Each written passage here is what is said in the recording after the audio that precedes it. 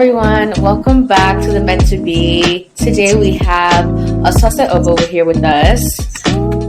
Osose, thank you so much for being here. Osose is a first-year resident physician at Johns Hopkins. She's also a traveler, a mentor, a photographer, a model, and she's also a mentor to me and to so many other wonderful men and women as well. Osose, thank you so much for being here. How are you doing today? So I'm so happy to be here and so proud of you. Thank you. I see what you're doing. You're doing big things, okay? We're trying. We're trying to be like you. Trying my best. Thank you so much. So I wanted to start by the usual why medicine question. I saw you. We had spoken about it earlier, but I would just love for you to tell the people why you felt called to be an MD. Yeah, I think for a lot of people it can be a very direct. This was the moment that I knew why I need to go into medicine. But I think for me it was a series of moments. But I think simplifying it, I think that it's definitely a calling. I think that God used several different points in my life to allow me to know that this was somewhere that He wanted me to be. This was a space, a field that He needed me in. But I think I felt one call to medicine, so I think that God really made it clear that it was a field that He wanted me to be in. I'm Nigerian, and Osose Oboh, obviously. For those of you that know that's a very Nigerian sounding name. And my parents, of course, when we were growing up, as a lot of immigrant parents do, they want you to pursue a career that they know will make money, will keep you safe, and will keep them sound. And so, of course, my parents were always telling me I was going to be a doctor. But I think it was little things along the way. Like in high school, I knew that I really enjoyed anatomy and learning more about this body that God created. I was just so in awe of it all the time. It's probably why I also did photography, so I could capture it. But as I got into college and started doing more community service work, that was more in line with the public health field, figuring out public health kind of interventions, I realized that doing that kind of work, going out and educating people, doing blood pressure screenings, those things wasn't enough. It wasn't allowing me to have a hands-on impact on an individual's health. I wanted to better understand what medications they were on. I wanted to understand how they work on the body. I wanted to understand, exactly what was going on, from a scientific perspective, and be able to better educate folks on how you can best take care of yourself. And I also realized that I didn't see a Black doctor until I was in the 20s, and I was in this photography field, trying to make sure that I was showing folks the need for diversity in models and in whatever field. I was all about let me show people why diversity is important, why Black women are beautiful, and why no matter what size or shape, that same energy went into medicine. And I wanted to be the doctor, be the person that I didn't get to see growing up. I couldn't imagine myself as a doctor. I never saw one that looked like me. So I think there's so many different things that make medicine the place for me. But those are the few. I love that so much. And it's so interesting that you say you want to be the doctor you didn't see growing up. I don't think I've ever told you how exactly I found you or how I became how I entered the med giveaway a while ago. I remember I was going through one of my phases of should I really go to medical school? Should I really not? And I remember looking in my basement. I remember looking up, should I go to medical school? Black doctor. And your YouTube video popped up on YouTube. I think you were doing you were doing a skincare thing. You were doing your skincare, and I was let me just fast forward the skincare part. I was and you started telling your story about undergrad, and then going to think you could post back, and then I think you did another program, and then you went to med school. And I was oh my god, this girl, she's just like me. And I followed you, and then that's when I found out about all of the content creators in medicine, med school Mila, Atochi Mimi, and all those other wonderful people. And I was oh my god, these people, there's so many of them, and they're so pretty, and they're thriving. I'm trying to be like that. So I just want to say you really have been doing that. You really have been a representation for so many people. And I guess that leads me to like my other question is being someone who a lot of people look up to, sometimes it can get very overwhelming, especially when you have things going on for yourself. You're pouring yourself into a lot of things. And I guess that leads us to like balancing things out. Balancing, I guess, in medical school, balancing things now. How do you make time to pour into yourself and yourself, pour into yourself and pour into your passions as well? Yeah. I think one thing I'll say about something you just said is that when I was younger, this is very random, my parents used to watch Oprah, and like my grandparents, whatever. I remember thinking like, man, all these people love Oprah and they write her letters and I'm like, just like listening or whatever, and she's not answering people's letters. Mm-hmm. And I remember like, man, that's not nice. You need to answer people's letters. So I remember I prayed like, God, if you ever make me famous like Oprah, I'm going to respond to everybody. Now, I understand now that is a very lofty goal. I'm definitely nowhere near as popular or whatever as Oprah. Mm-hmm. But I will say one of the things that I always do is I answer messages that people send me no matter what. I think that there are times, of course, when I would find it to be overwhelming, but my like motto is be the plug. Like, be the person that I wish I had. I wish I had someone that helped me to remind myself, like, don't step in that pothole, girl. Don't turn that corner, girl. There's something there. Like, I wish I had someone that was doing that for me because I did it and I was looking crazy. And so, like, I might take a while to respond, but for the most part, I'm responding. It doesn't take me much. I might just send a voice note to people, whatever, because it's not a thought. It's not a thought to be a resource. It's not a thought to, like, it's been my prayer to let the Lord use me. And so that is going to still be my prayer forever. Now, when it comes to like how I'm balancing things, I will say as an intern in internal medicine, there is no balance. There's absolutely no balance. Okay, Not even a little. No. It's a day by day. Yeah. Because you are working 80 plus hours. You go from just like studying and like medicine's consuming my life. No. In med school, I was more balanced. I was like, I gotta stop studying at this time, and I'm gonna watch TV. I'm gonna edit some photos. I'm gonna plan out a shoot. I'm gonna do this. I'm gonna do this. I tried to make sure that I was infusing. I touched something that I loved like every day. That is impossible. It's impossible interning here because you are literally working 80 to sometimes 100 hours a week.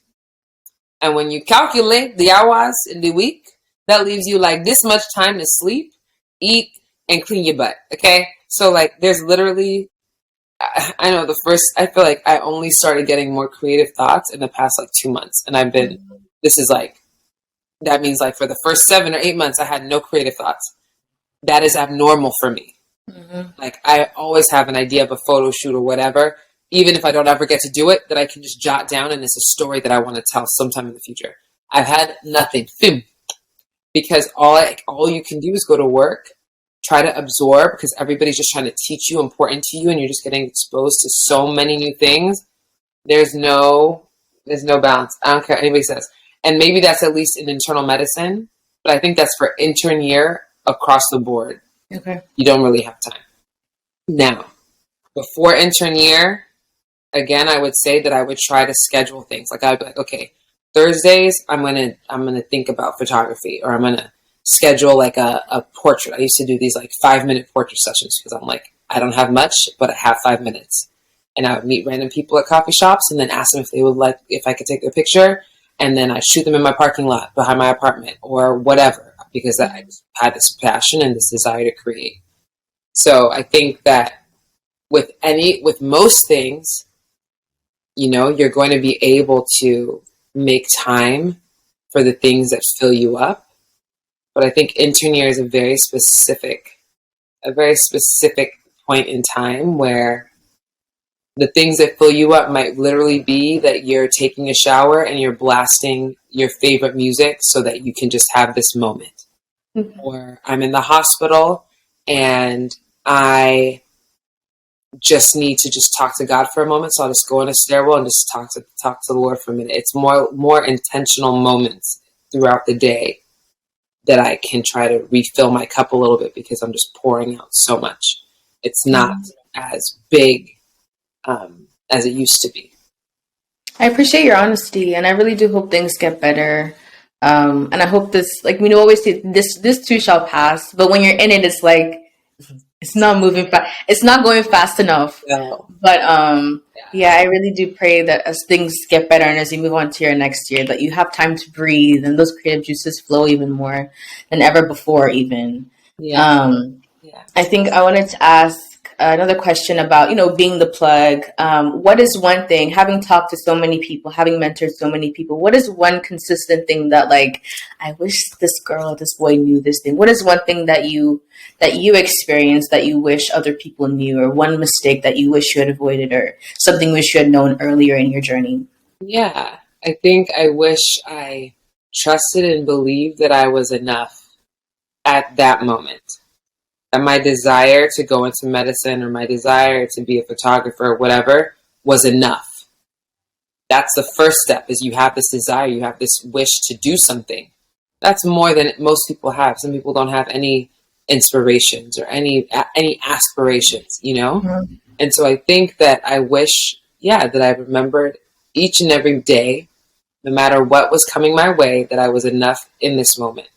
Like, I think that's super important, especially when it comes to the field of medicine.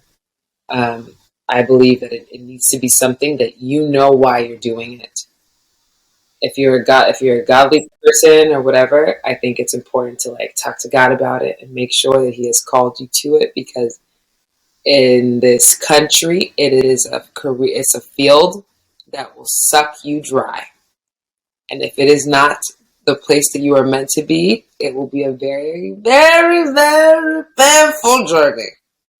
So, and one where, it's like rampant of just like comparing yourself. You're comparing your MCAT scores, you're comparing your board scores, you're comparing your experiences, your research, your leadership.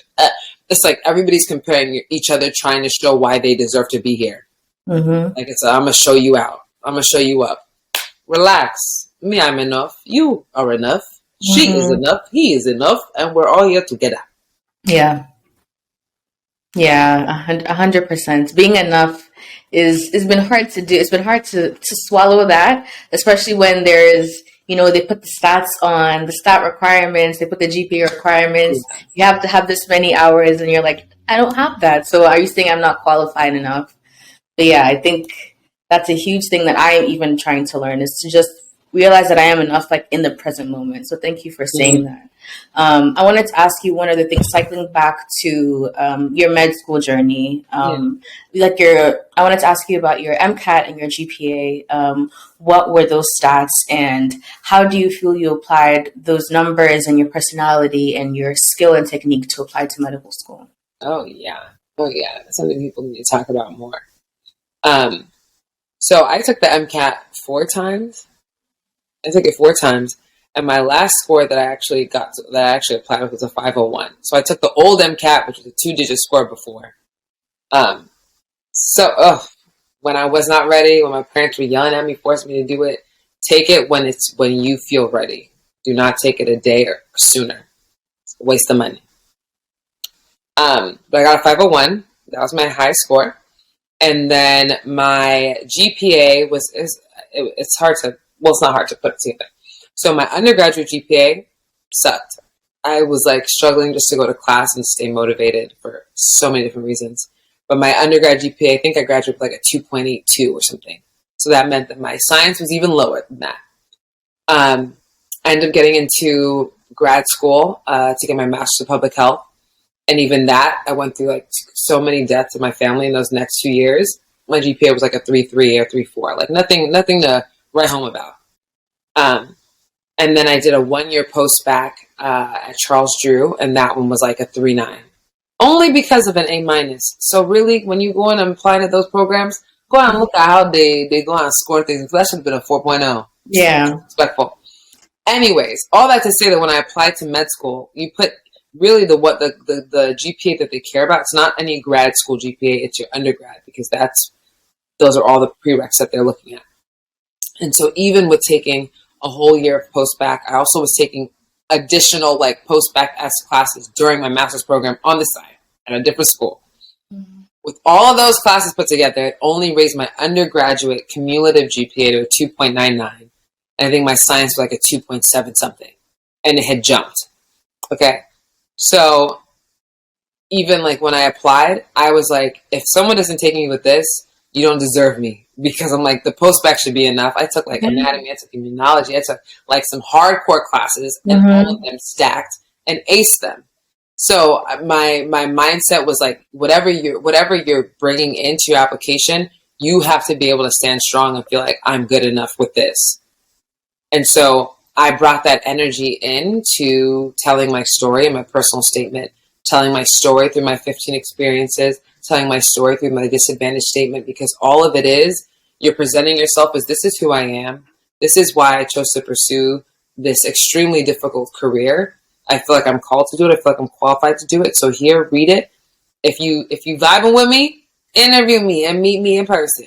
That's literally what it is. Yeah.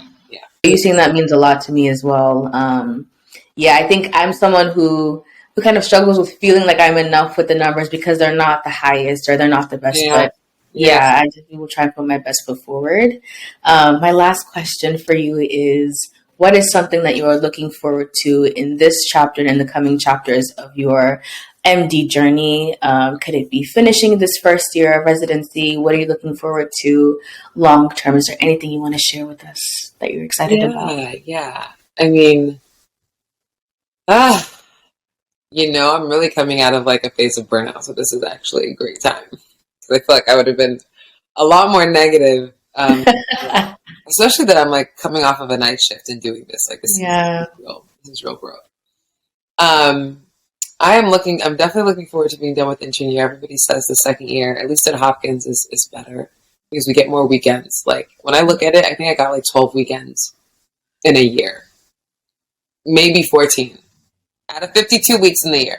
That doesn't include my vacation time, so I take that back. But 2, like a weekend, a Saturday and a Sunday off. That is called a golden weekend in residency. Oh my God. So you'll find out. But, I'm excited to, get more time off, because I think that is very necessary. I'm excited to see that I'm putting the pieces together, that I have the knowledge that I seek. I want to be an amazing physician, and I feel like I already am great in my abilities to just connect with my patients. And I think that's something that you can't learn. You can learn the medicine, but I think it is very hard to get bedside manner, to be able to, connect and be vulnerable with the patient. Like that takes a lot to be able to do, and I can do it.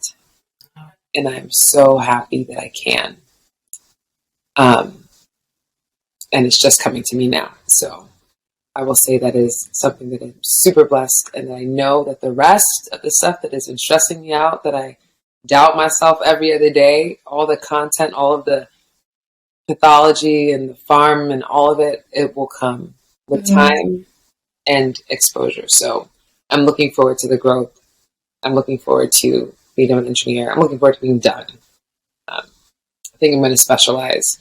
Not going to share what that is. You got to check me out and follow me stuff to find it. But follow her, guys. Yes. Thank you so much, Osose. I just want to say, like I tell you this all the time, but you're phenomenal. You pour into me, you pour into so many people, and I'm just so appreciative of you. I'm rooting for you. I'm sure the people that are watching this are rooting for you. You dropped some serious gems and knowledge. Please follow Osose if you are not following her already. Thank you so much for being here. Please get some rest. She literally just came from her job and came here, and she still looks stunning. So please go and get some rest, okay? Please. Thank you so much. Thank you so much, bro. Take care. Thank you.